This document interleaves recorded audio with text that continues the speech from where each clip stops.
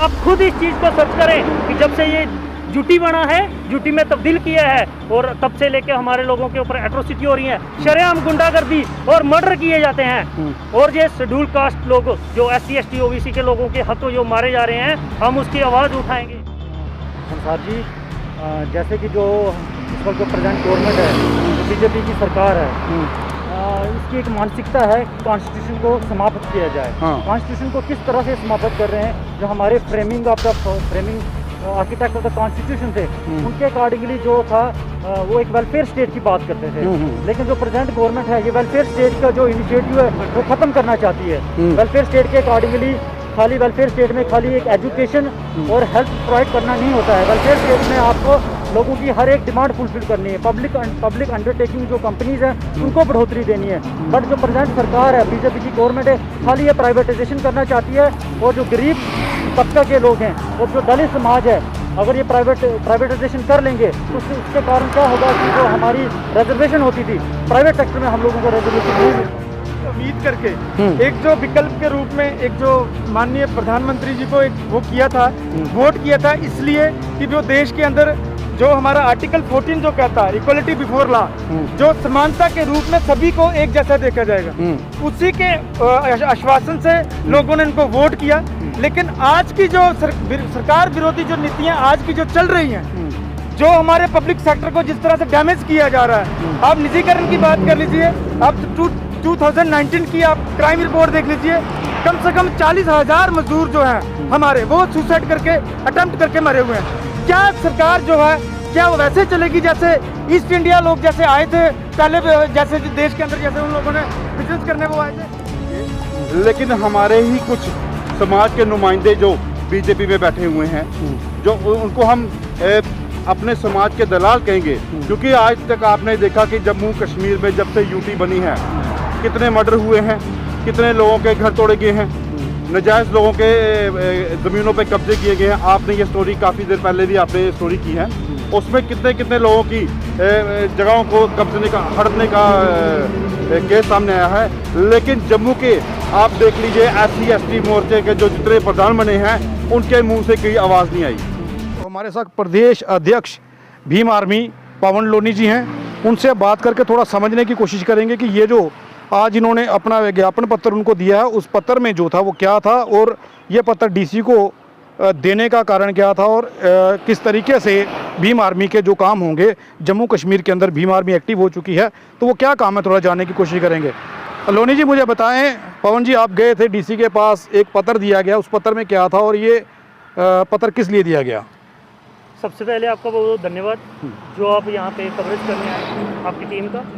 और सर जो आज जो ज्ञापन दिया गया है, ये मेमोरेंडम जो DC साहब को दिया गया है, हमारी आज भीम आर्मी की जो राष्ट्रीय अध्यक्ष बड़े भाई एडवोकेट चंद्रशेखर आज़ाद जी के द्वारा जो एक इंटरनेशनल कॉल दी गई थी कि जो देश में निजीकरण हो रहा है, प्राइवेटाइजेशन जो हो रहा है देश में, तो उसके ऊपर हमारा जो आज मेमोरेंडम दिया गया है, उसके ऊपर ही हमारा ये प्रोटेस्ट है आज। तो हम ये बताना चाहते हैं सरकार को कि आप जो ये निजीकरण कर रहे हो, इससे आप देश के जो उद्योगपति हैं उनको आप पावरफुल कर रहे हो, और जो हमारा देश का जो बहुजन है वो बहुजन को आप रोड पर लाना चाहते हो। आज इस देश में बहुजन की कितनी संख्या है?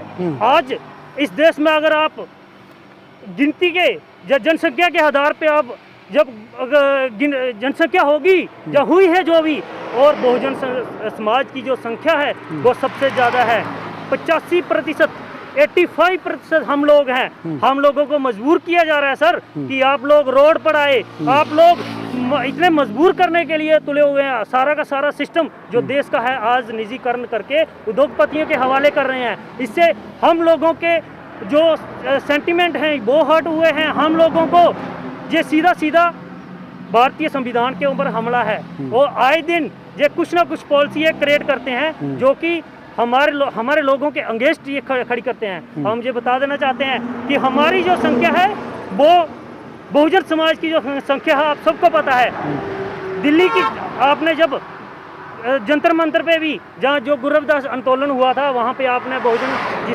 संख्या देखी है। हम लोग आज घरों पर हैं और कोविड-19 को चलते हम लोगों ने ये इतने लोग ही आए हैं, पर लेकिन आने वाले समय में हम बड़ा एक आंदोलन करने वाले हैं, जो कि एक जम्मू कश्मीर में एक मूवमेंट जो आई है, ये भीम आर्मी, और ये भीम आर्मी एक दिन एक बड़ा आंदोलन करने जा रही है जी। क्या क्या काम रहेंगे भीम आर्मी के आगे, किस तरीके के काम रहेंगे?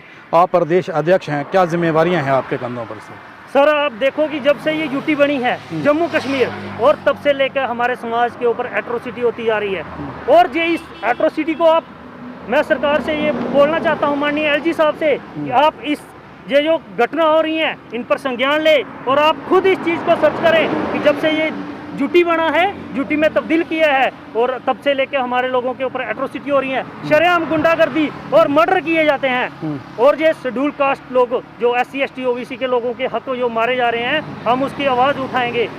और उनको जो ये भीम आर्मी है, जो भीम आर्मी है, एक बहुजन एक गरीबों का एक संगठन है, जो कि एक मजदूर, जो कि एक लाचार, जिसको अभी तक भी जो हमारे राइट थे वो प्रोवाइड नहीं हुए हैं। जो बाबा साहब डॉक्टर BR अम्बेडकर जी का जो संविधान था वो इक्वलिटी का है, पर लेकिन ये आपसी भाईचारा नहीं रहने दे रहे हैं, ऐसी पॉलिसी क्रिएट कर रहे हैं जो हमारे सेंटिमेंट हर्ट हो रहे हैं। तो पवन लोली का ये कहना है कि जम्मू कश्मीर के अंदर भी जो है अत्याचार जो है वो दलित समाज पर बढ़ने लगे हैं, और यहाँ पर हत्याओं के मामले सामने आने लगे हैं, कुछ लड़कियों के छेड़छाड़ के मसले भी सामने आए हैं, लेकिन अभी हम उन मुद्दों पे बात नहीं करेंगे। अभी इस वक्त मुद्दा जो है वो निजीकरण को लेकर के ये लोग पहुंचे हैं, कॉन्स्टिट्यूशन को बचाने की बात जो है इन्होंने की है। तो इनके जो लीगल एडवाइज़र हैं एडवोकेट रजत जो हैं, अभी उनसे बात करेंगे। रजत जी मुझे बताएं, आज आपने DC को मेमोरेंडम दे दिया कठुआ में आकर के, कॉन्स्टिट्यूशन को आप बताना चाहते हैं, संविधान को आप बचाने की बात कर रहे हैं, लेकिन संविधान को खतरा किससे है, किससे बचाने की बात की जा रही है? संसार जी, जैसे कि जो इस वक्त जो प्रेजेंट गवर्नमेंट है, जो BJP की सरकार है, इसकी एक मानसिकता है कि कॉन्स्टिट्यूशन को समाप्त किया जाए। कॉन्स्टिट्यूशन को किस तरह से समाप्त कर रहे हैं? जो हमारे framing architect of the constitution थे, उनके अकॉर्डिंगली जो था वो एक वेलफेयर स्टेट की बात करते थे, लेकिन जो प्रेजेंट गवर्नमेंट है ये वेलफेयर स्टेट का जो इनिशिएटिव है वो ख़त्म करना चाहती है। वेलफेयर स्टेट के अकॉर्डिंगली खाली वेलफेयर स्टेट में खाली एक एजुकेशन और हेल्थ प्रोवाइड करना नहीं होता है। वेलफेयर स्टेट में आपको लोगों की हर एक डिमांड फुलफिल करनी है। पब्लिक अंडरटेकिंग जो कंपनीज हैं उनको बढ़ोतरी देनी है। बट जो प्रेजेंट सरकार है, BJP की गवर्नमेंट है, खाली ये प्राइवेटाइजेशन करना चाहती है, और जो गरीब तबका के लोग हैं और जो दलित समाज है, अगर ये प्राइवेटाइजेशन कर लेंगे तो उसके कारण क्या होगा कि जो हमारी रिजर्वेशन होती थी प्राइवेट सेक्टर में, हम लोगों को रिजर्वेशन नहीं मिल पाएगी। लेकिन सोशल मीडिया पर एक बात चल रही है कि अगर निजीकरण होता है, प्राइवेटाइजेशन होती है, तो उससे लोगों को फ़ायदा मिलेगा। सरकारी नौकरियों के आंकड़े नहीं हैं, इसलिए प्राइवेटाइजेशन की जा रही है। तो आप इसका विरोध क्यों कर रहे हैं? प्राइवेटाइजेशन से कहाँ हमें प्राइवेटाइजेशन से कहाँ किसी का भला हुआ है? प्राइवेटाइजेशन करने से उल्टा हमारा नुकसान होगा। आप देख लीजिए, यहाँ पे ऑलरेडी हेल्थ सेक्टर है। हेल्थ सेक्टर के अंदर एक जो एम्प्लॉय होते हैं, उनके मेडिकल असिस्टेंट होते हैं, उनको 2 या 3 हज़ार से ज़्यादा सैलरी नहीं मिलती है। 2 या 3 हज़ार से ज़्यादा उनको सैलरी नहीं मिलती है, तो कहाँ पे उनका भला होगा? अगर प्राइवेटाइजेशन हो जाती है, उल्टा आपको 12 घंटे से लेके 24 घंटे तक नौकरी करनी पड़ती है, और इतनी ज़्यादा नौकरी करने के बाद भी आपको जस्ट 2 या 3 हज़ार रुपये सैलरी मिलती है। तो ये क्यों किया जा रहा है? कारण क्या समझते हैं कि ये प्राइवेटाइजेशन करने का क्या कारण, मुख्य कारण? बढ़ोतरी करना, और जो गरीब तबके के लोग हैं, दलित समाज हैं, जो मैक्सिमम इस संख्या को एग्जिस्ट करते हैं, 85% उनकी पॉपुलेशन है, और उनकी जो विचारधारा उनको ख़त्म करना है। तो एडवोकेट साहब ये कहते हैं कि प्राइवेटाइजेशन अगर होती है तो निचले तबके के जो लोग हैं उन्हें नुकसान होगा। अडानी और अंबानी जैसे कुछ ही बिजनेसमैनों को इसका फ़ायदा दिया जाएगा, जिससे आम जनता जो है वो परेशान होगी। ये इनका कहना था, और संविधान को बचाना इसलिए भी ज़रूरी हो सकता है। हमारे अभी साथ में हैं श्याम जी। श्याम, मुझे ये बताएं, आप सोशल एक्टिविस्ट भी हैं, भीम आर्मी के साथ में काम कर रहे हैं। मुझे ये चीज़ बताएं कि आप लोग ये कह रहे हैं कि संविधान को बचाने की ज़रूरत है, प्राइवेटाइजेशन नहीं होनी चाहिए, लेकिन दूसरी ओर ये कहते हैं कि आप लोगों की पॉपुलेशन जो है वो 85% है। 85% पॉपुलेशन को क्या ये नहीं मालूम था कि देश का प्रधानमंत्री अगर मोदी जी आएंगे तो ये चीज़ें होंगी? सर, देखिए सभी लोगों ने, जो हमारे समाज के लोगों ने एक बहुत ही उम्मीद करके एक जो विकल्प के रूप में एक जो माननीय प्रधानमंत्री जी को एक वो किया था, वोट किया था, इसलिए कि वो देश के अंदर जो हमारा आर्टिकल 14 जो कहता है इक्वलिटी बिफोर लॉ, जो समानता के रूप में सभी को एक जैसा देखा जाएगा, उसी के आश्वासन से लोगों ने इनको वोट किया। लेकिन आज की जो सरकार विरोधी जो नीतियां आज की जो चल रही हैं, जो हमारे पब्लिक सेक्टर को जिस तरह से डैमेज किया जा रहा है, आप निजीकरण की बात कर लीजिए, आप 2019 की आप क्राइम रिपोर्ट देख लीजिए, कम से कम 40,000 मजदूर जो हैं हमारे, वो सुसाइड करके अटेम्प्ट करके मरे हुए हैं। क्या सरकार जो है क्या वो वैसे चलेगी जैसे ईस्ट इंडिया लोग जैसे आए थे पहले, जैसे देश के अंदर जैसे उन लोगों ने बिजनेस करने वो आए थे, और देश के अंदर ईस्ट इंडिया के चंद के लोगों ने ही पूरे देश को चलाया था। मुझे आप ये बताएं कि अगर सरकार सारा कुछ अगर प्राइवेटेशन में करना चाहती है तो वो सरकार किस लिए है फिर? सरकार का काम है कि प्राइवेटेशन को वो ब्रेक करे, ताकि ये कुछ चंद लोगों के बीच में रहेगा, और पूंजीवादी लोग जो अडानी अंबानी जैसे लोग जो हैं उन लोगों के अगर हाथ में रहेगा तो हमारे राइट्स कहाँ जाएंगे? हम इसलिए इसके ऊपर बात कर रहे हैं कि हमारे राइट्स को जो है वो कंटिन्यू एक सिस्टमेटिकली एक वायलेशन की जा रही है और कानून की शरेआम धज्जियां उड़ाई जा रही है। आप देख सकते हैं कि जम्मू कश्मीर के अंदर, ये सर मैं नहीं कह रहा, उधमपुर के अंदर हर्षदेव सिंह जी ने अभी कुछ दिन पहले न्यूज़ दी थी कि वहाँ पे दलित एट्रोसिटी जो है कम से कम 4 सालों के अंदर 15 मर्डर हुए हैं। आप हमें बताइए कि जम्मू कश्मीर के अंदर आए दिन एट्रोसिटी हो रही है, कास्ट बेस एट्रोसिटीज हो रही है। आपने देखा अभी हाल ही में कुछ ही दिन पहले एक बिलावर का भी केस आया हुआ है, डोमिसाइल के ऊपर जो है और कास्ट सर्टिफिकेट के ऊपर जो कास्ट लिखी जा रही है, एज पर दी कॉन्स्टिट्यूशन जो है वो कुछ भी ऐसा नहीं हो रहा, और शरेआम डेमोक्रेसी की जो है वो हत्या की जा रही है दिन दहाड़े। और ऐसे में हम लोग कहाँ जाएंगे? ये सरकार की जो अभी जो मानसिकता बनी हुई है, मुझे ये लगता है कि ये एक मनोवादी मानसिकता है, और ये जो सरकार का जो ये चाहती है कि हम जो है कॉन्स्टिट्यूशन को पूरी तरह से खत्म करें, और जो है ये मनुस्मृति को लाने की कोशिश जो की जा रही है, इसके हम विरोध में हैं। हम आपको बता दें कि देश के अंदर 85% लोग जो हैं दलित वर्ग के लोग, भीम आर्मी जो है ये शोषित और दलित पिछड़े लोगों की आवाज को बुलंद करने के लिए आई है, ना कि किसी प्रकार का हमारे देश के अंदर जो भी इनजस्टिस होगा हम उसको कतई बर्दाश्त नहीं करेंगे। 85% हमारी संख्या होने के बावजूद भी हमारे लोगों के ऊपर अटैक किए जा रहे हैं। हम लोग सेफ नहीं है, घरों में हमारी बेटियां सेफ नहीं है, लड़कियां सेफ नहीं है, और सरकार दिन ब दिन, अभी आप देख रहे हैं किसानों की कितनी बुरी हालत चल रही है, कितने लोग सड़कों पे उतरे हुए हैं। आखिर ये सरकार कर क्या रही है? अपनी इंटेंशन तो क्रिएट करे, इंटेंशन तो बताए हमें कि बात क्या है। इसलिए हम इसका पुरजोर जो है वो हम इसके विरोध में हैं, और हम ये चेता दें सरकार को कि ये मनुवादी जो ताकतें, जो मनुवादी जो आप जो काम कर रहे हैं, ये हम हरगिज नहीं होने देंगे। इसके लिए हम बहुजन मूवमेंट को हम जिंदा दोबारा से करेंगे, और जोर शोरों से हम बड़े लेवल पे आंदोलन करेंगे। इसकी सरकार जो है वो जिम्मेवार होगी। हम बार बार सरकार से ये बात कर रहे हैं कि आप हमारे लोगों के ऊपर अत्याचार मत करिए, आप प्राइवेटेशन मत कीजिए, मत पूंजीवादी लोगों को आप वो दीजिए। हमारे लोग रोड पे हैं सर, वो किस तरह से जी रहे हैं, आप उनकी बसर जिंदगी देख सकते हैं। जी गौरव, निजीकरण की बात हो चुकी है, किसानों का जो हक था वो भी छीनने की पूरी कोशिश जो है वो की जा रही है। दूसरी ओर जम्मू कश्मीर में आरक्षण के मुद्दे भी सामने आए, हत्याओं के मुद्दे सामने आ रहे हैं। लेकिन मेरा फिर से ये सवाल रहेगा कि आप लोग कहते हैं 85% जो है वो पॉपुलेशन दलित समाज की है, मूल निवासी लोगों की है, लेकिन बावजूद उसके भाजपा जैसी सरकार जो है, जिसे आप दलित विरोधी कहते हैं, वो पावर में कैसे आई? आखिरकार वोटिंग हुई, आपके लोगों ने ही वोट दिए तो वो सरकार पावर में आई। तो आज आप किससे उम्मीद रखेंगे इंसाफ की? संसार जी, आप जो बात कह रहे हैं कि जो 85% हमारा जो लोग हैं इस देश में, और जम्मू कश्मीर में भी हम लगभग 27 की 28% OBC हैं, और 18% SC है। तो उसको मिला के मुलुके भी हम जम्मू में है जो हमारी लोगों की तादाद है वो बाकी जो ज़्यादा है।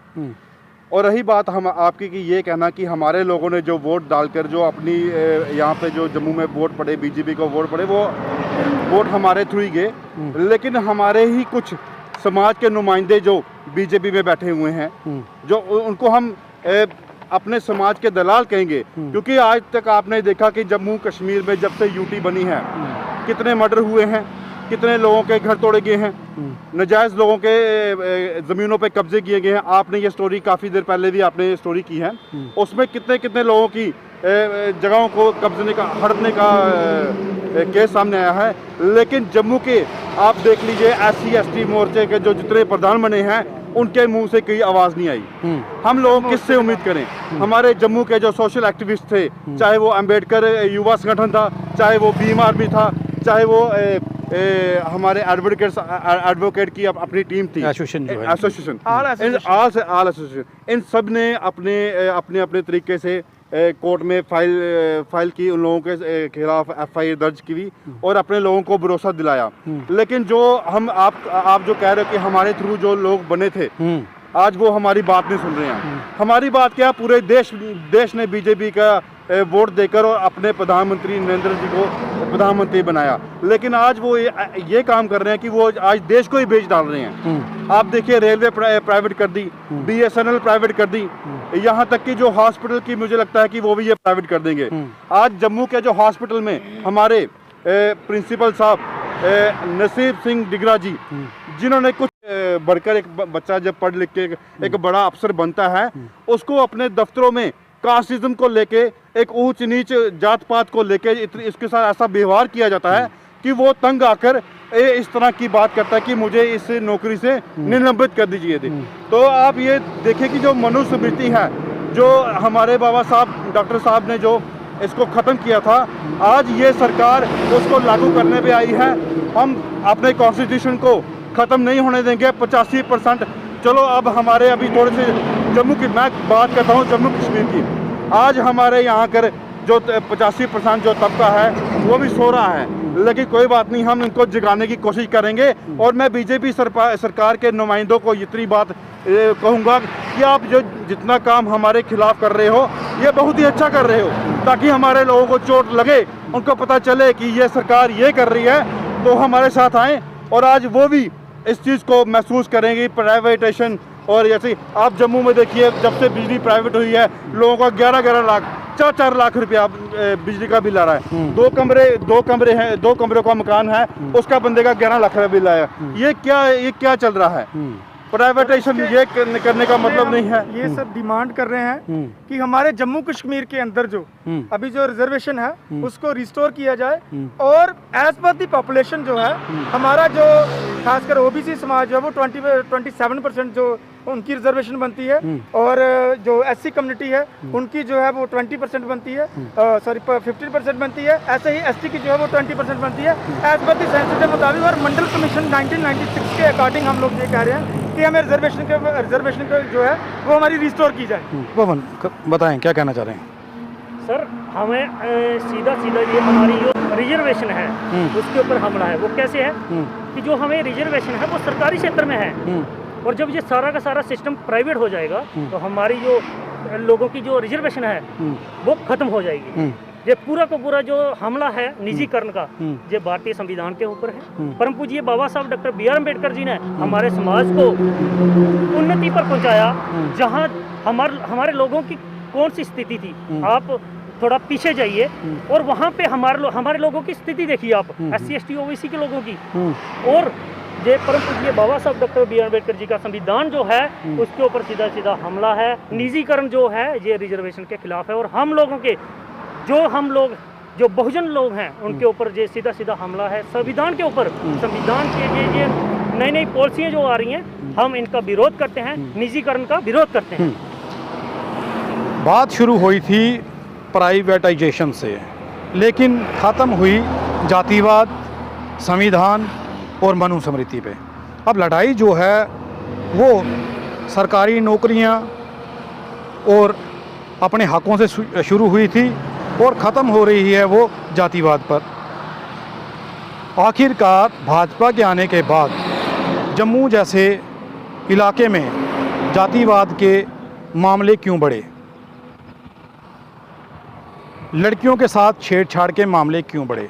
जब सीधा सा कहें कि क्राइम इतना ज़्यादा क्यों बढ़ा? पहले इतना क्राइम नहीं था। इस चीज़ को भी अगर हम छोड़ दें तो सरकार लोगों को रोज़गार देने की बातें कही गई। सरकार द्वारा ये कहा गया कि कि हर साल 2 करोड़ लोगों को रोज़गार दिए जाएंगे। लेकिन हुआ क्या, आखिर में सबका निजीकरण कर दिया गया, सब कुछ बेचने की तैयारियां कर दी गई। आज ये पढ़े लिखे तबके के वो लोग हैं जो इस देश के शासक थे, जो अब दोबारा से हो सकता है अपना शासन कायम करें, क्योंकि इन लोगों को अपने हकों की जो है पहचान होने लगी है।